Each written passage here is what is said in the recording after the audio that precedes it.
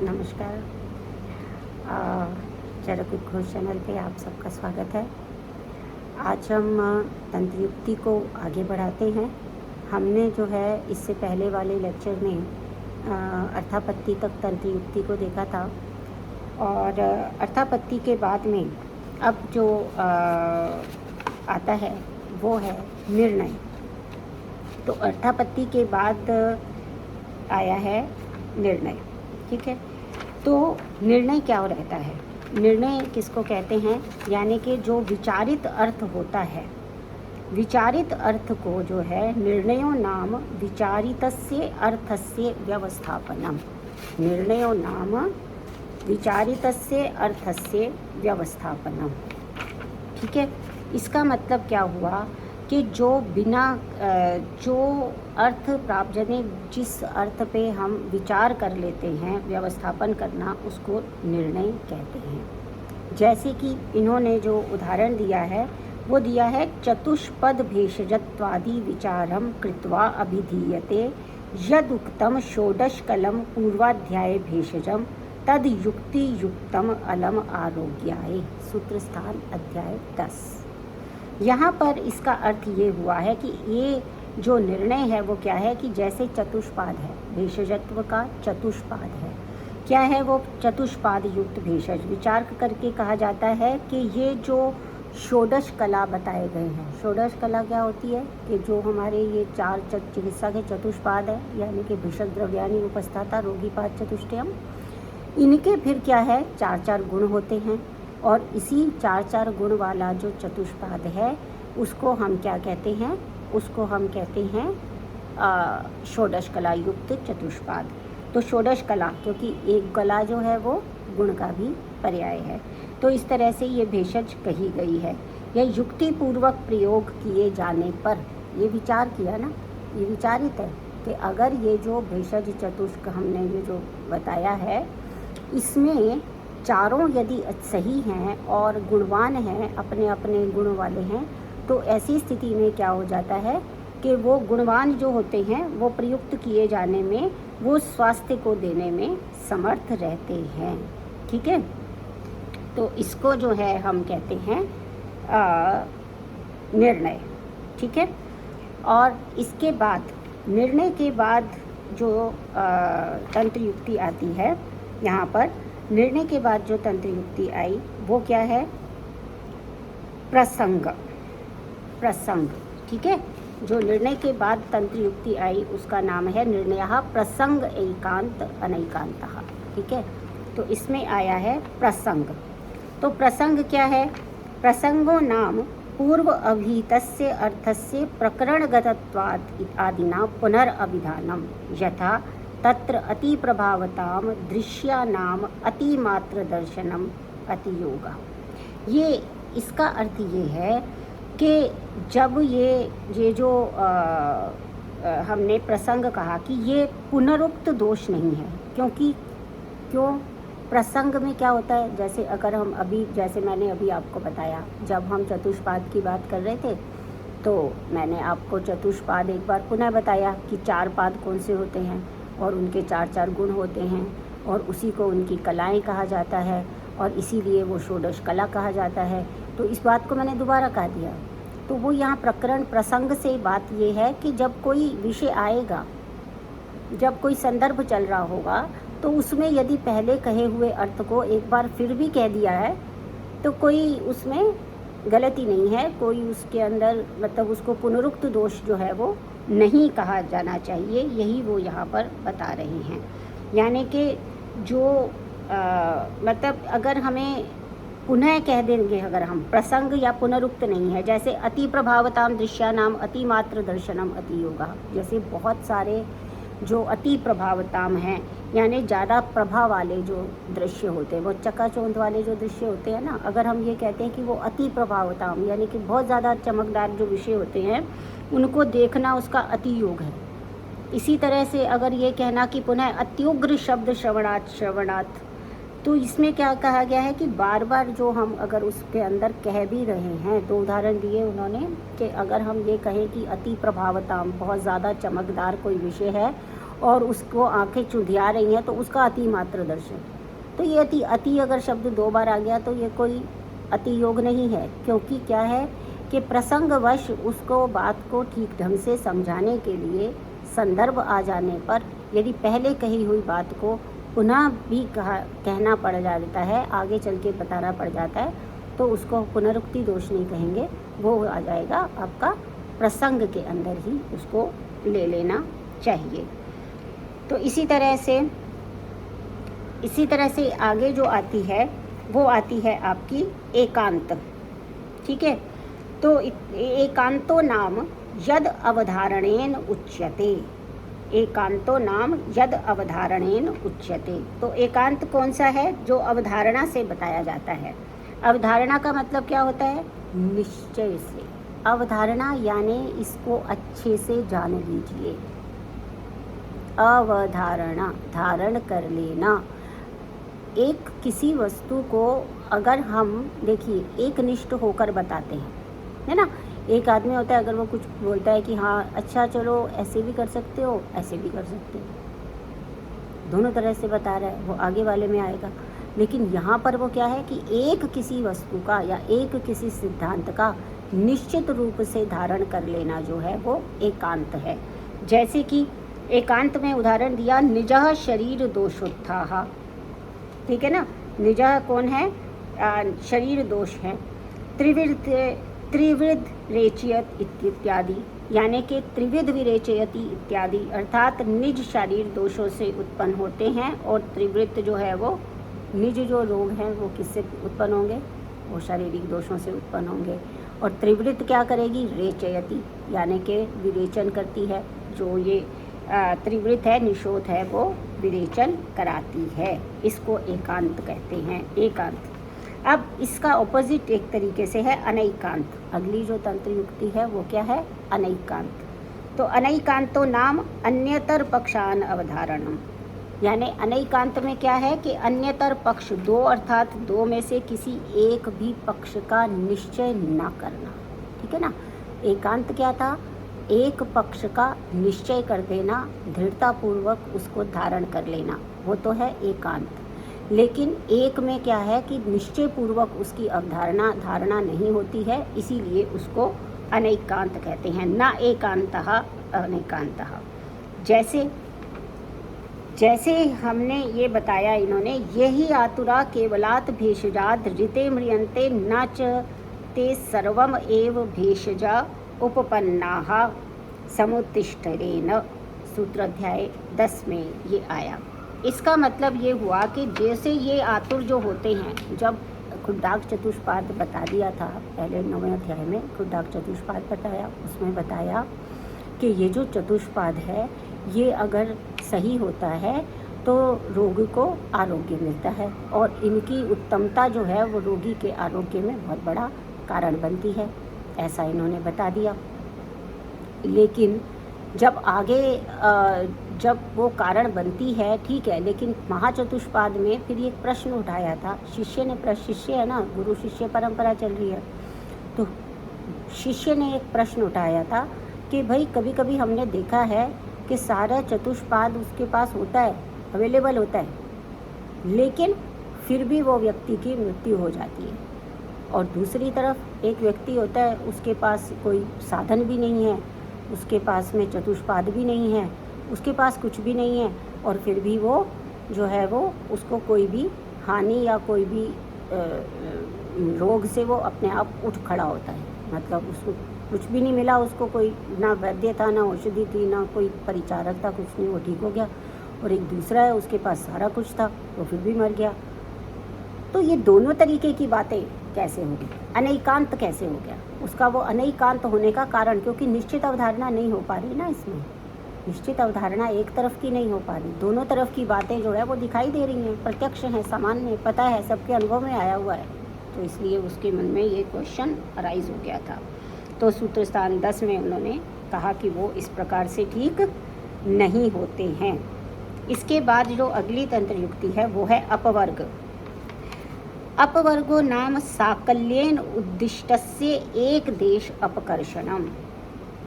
ठीक है, अपवर्गो नाम, अपवर्ग का नाम क्या है? जिसमें संपूर्ण एक्सेप्शन, एक बिल्कुल सिंपल भाषा में अगर आप तंत्रयुक्ति अपवर्ग के बारे में सुनना चाहें तो उसका मतलब है एक्सेप्शन, कि ये पूरे के पूरे संपूर्ण रूप से कहे गए में से एक देश का अपकर्षण कर लेना, उसको बीच में से हटा देना।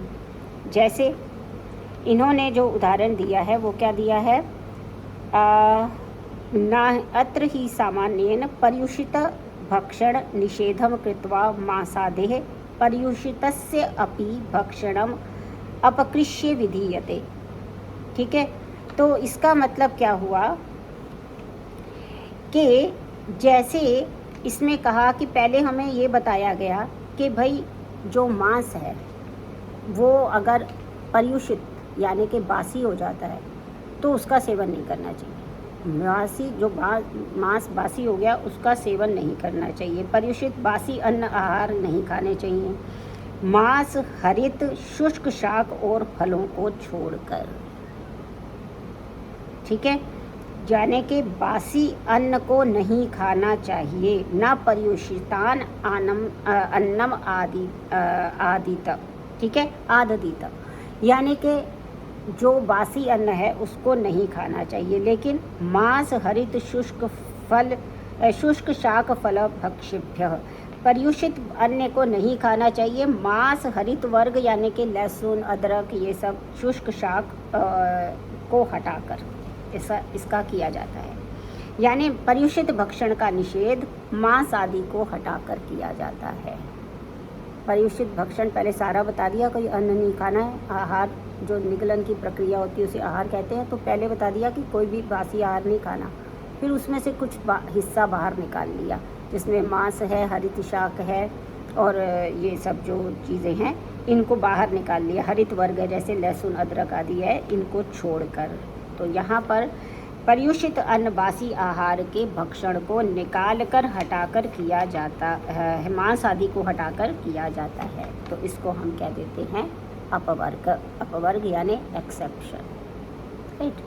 उसके बाद आता है विपर्यो नाम अपिकृष्टात् प्रतीपोदाहरणम यथा निदानोक्तस्य अन्यस्य न उपसेरते विपरीतानि च उपसेरते।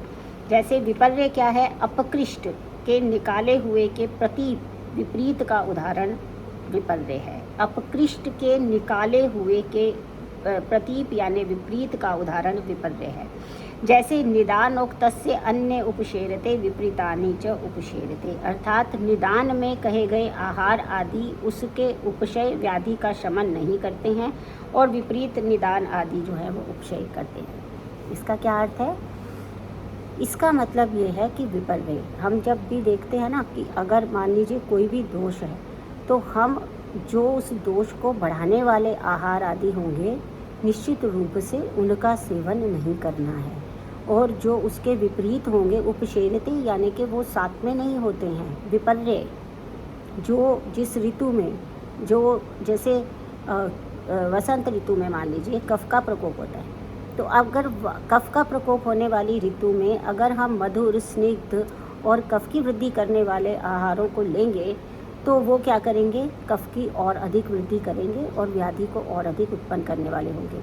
लेकिन इसके विपरीत विपर्य क्या है? इसके विपरीत जो निदान में कहा गया है जिसके कारण रोग हो रहा है, तो सबसे पहले, क्योंकि हम आगे देखेंगे कि चिकित्सा का भी पहला सिद्धांत क्या है? निदान परिवर्जन ही है। तो यहाँ पे वो विपर्य का अर्थ ये है कि जो अब निदान में कहा गया है जिसके कारण रोग हो रहा है उसके विपरीत का सेवन करने से ही जो है वो रोग को हम शांत कर सकते हैं। उपसेरते यानी साथ में। साथ में का मतलब होता है आत्मना सह। आत्मना सह का मतलब है जो हमारे शरीर के लिए उपयुक्त है, जो हमारे धातुओं के साथ में संबंध सही से रख सकता है, उसकी ये यहाँ पर बात कर रहे हैं। ठीक है, तो इसको जो है हमने विपर्य कहा। फिर क्या है? पूर्व पक्षो नाम प्रतिज्ञात अर्थ संदूषकम वाक्य मत्स्य अन्न पयसा अभ्यवहेत् इति प्रतिज्ञातस्य अर्थस्य सर्वानम एव मत्स्यान पयसा अभ्यवहेत् अन्यत्र चिल्चिमात्। अब इसमें क्या बात यहाँ पर कहना चाह रहे हैं। अपवर्ग के बाद में विपर्य और उसके बाद पूर्व पक्ष। प्रतिज्ञात, प्रतिज्ञात का अर्थ क्या है? प्रतिज्ञा किए हुए। प्रतिज्ञात का अर्थ क्या है? जाना हुआ नहीं, प्रतिज्ञा किए हुए। जो प्रतिज्ञा किया हुआ है, जो किए हुए विषय को दूषित करने वाला वाक्य जो है वो पूर्व पक्ष कहलाता है। ठीक है, यानी कि अगर मान लीजिए मैंने कोई बात कही और वो बात आपको उसके अगेंस्ट आपके पास कोई और तर्क है, कोई और उदाहरण है, तो आप जो है मेरी बात को काटने के लिए एक तरह से मेरा जो प्रतिज्ञा आती, यानी कि मेरी जो प्रतिज्ञा ली थी उसके अगेंस्ट में आप जो भी बात करते हैं वो पूर्व पक्ष होता है। जैसे कि मत्स्यान न पयसा अभ्यवहित, यानी ये आया है सूत्र स्थान 26/82 में कि आपको जो है वो मत्स्य का सेवन, दूध के साथ मत्स्य का सेवन नहीं करना चाहिए, विषय को दूषित करने वाला। अब वो क्या कहता है? इस प्रतिज्ञात का संदूषक वाक्य है सर्वानेव मत्स्यान पयसा अभ्यवरेत अन्यत्र चिलचिमात, अर्थात सभी मछलियों को दूध के साथ खाए एक चिलचिम को छोड़कर। ये आया है 26/83 में। ठीक है, पहले कह दिया कि सभी मछलियों का मछली का सेवन दूध के साथ नहीं करना चाहिए, और बाद में एक पूर्व पक्ष आता है कि आगे चलकर 26/83 में बोलते हैं कि सभी का जो है वो सभी मछलियों को दूध के साथ खावे और एक चिलचिम को छोड़कर। यहाँ पूर्व वाक्य में ये कहा गया कि मछलियों को दूध के साथ ना खाएं, पर दूसरे में ये कहा गया कि उसको मछलियों को दूध के साथ खाकर चिलचिम को ना खाएं। तो ये पूर्व प्रतिज्ञात अर्थ का संदूषक वाक्य है, यानी कि ये ऑब्जेक्शन है, ऑब्जेक्शन रेज्ड है ना, ऑब्जेक्शन रेज्ड। ये नहीं माना हमने, क्योंकि पहले वाला माने दूसरे वाला माने, तो ये संदूषक वाक्य है, तो इसको जो है हम पूर्व पक्ष कहते हैं। ठीक है, उसके बाद आता है पूर्व पक्ष के बाद जो अगला है वो क्या है? विधानम। उसके बाद आता है विधानम। विधानम नाम सूत्रकारश्च विधाये वर्णयति। विधानम नाम यानी विधान किसको कहते हैं? जिसमें सूत्रकार विधान यानी नियम का वर्णन करता है। विधि विधान आपने कई बार सुना होगा ना कि नहीं, इसको तो पूरे, ये पूजा है, इसको तो पूरे विधि विधान से करना है ना।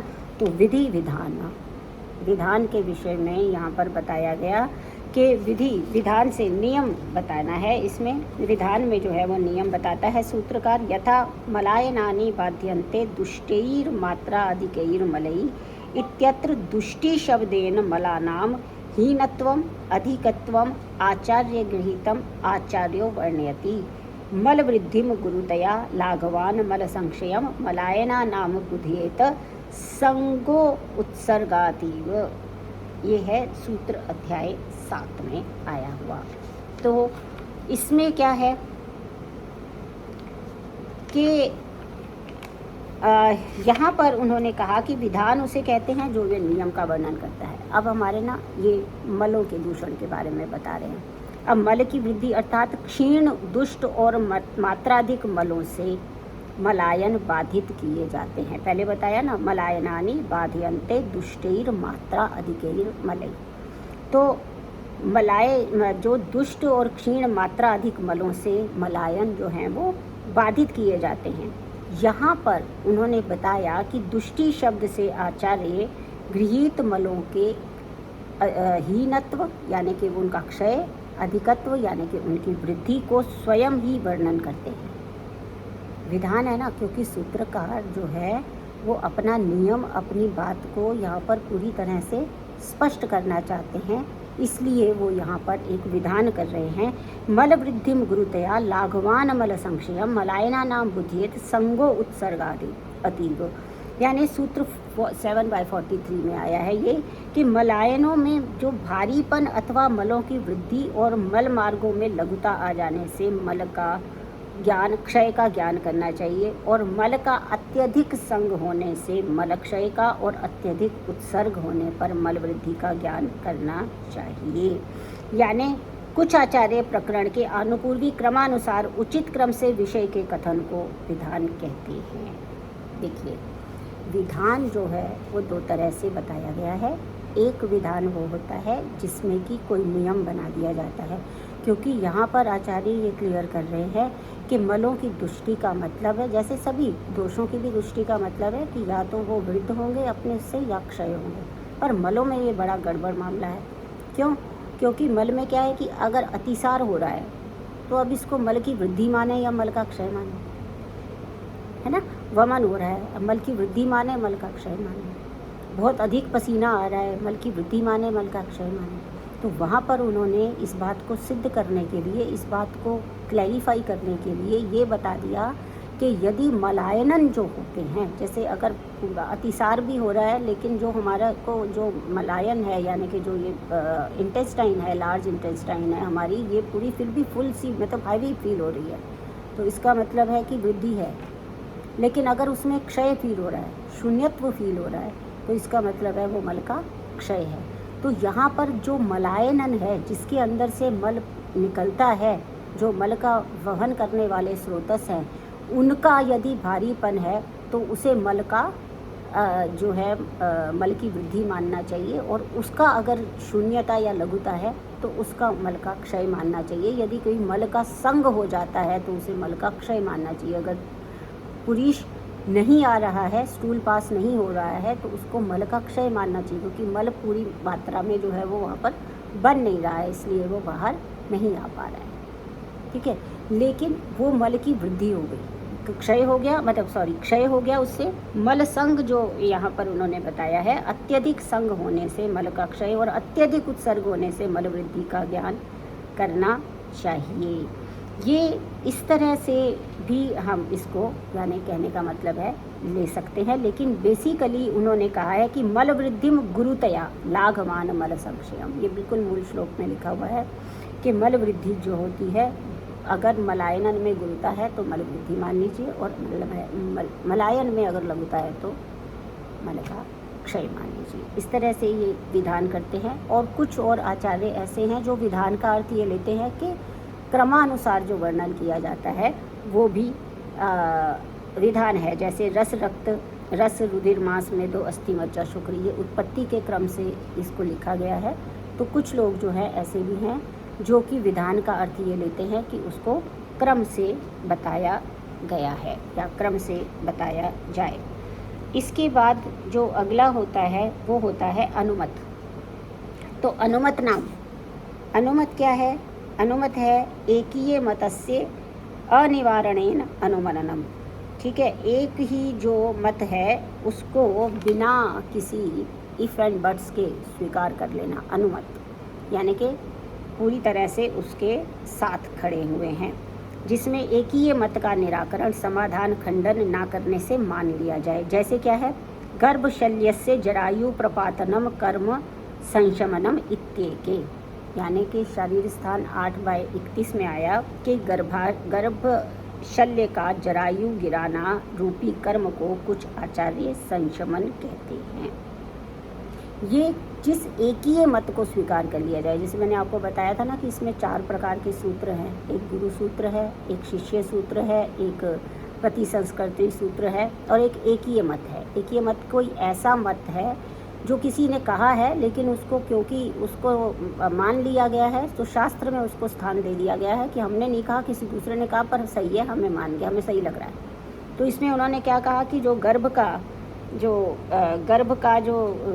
गर्भशल्य का जो गर्भ उसमें है, गर्भशल्य होता है ना, क्योंकि वो बाहर से आया हुआ है और उसे बाहर निकालना है, वो शरीर को जो कष्ट पहुंचाए वो शल्य होता है। तो उस हिसाब से जरायु गिराना रूपी जो उसका प्लेसेंटा है उसको गिरा देना, वो भी आचार्य उसको भी संशमन कहते हैं, क्योंकि वो बाहर निकाल रहे हैं ना, उसको प्लेसेंटा आउट करवाना, तो वो सब भी जो है गर्भशल्य का संशमन कहलाता है। ये एक ही मत है, और क्योंकि इसका खंडन नहीं किया गया है इसलिए इसको अनुमत भी कहा गया है, जो बुद्धि का विषय। अब इसके बाद जो अगला आता है आपका वो है व्याख्यान।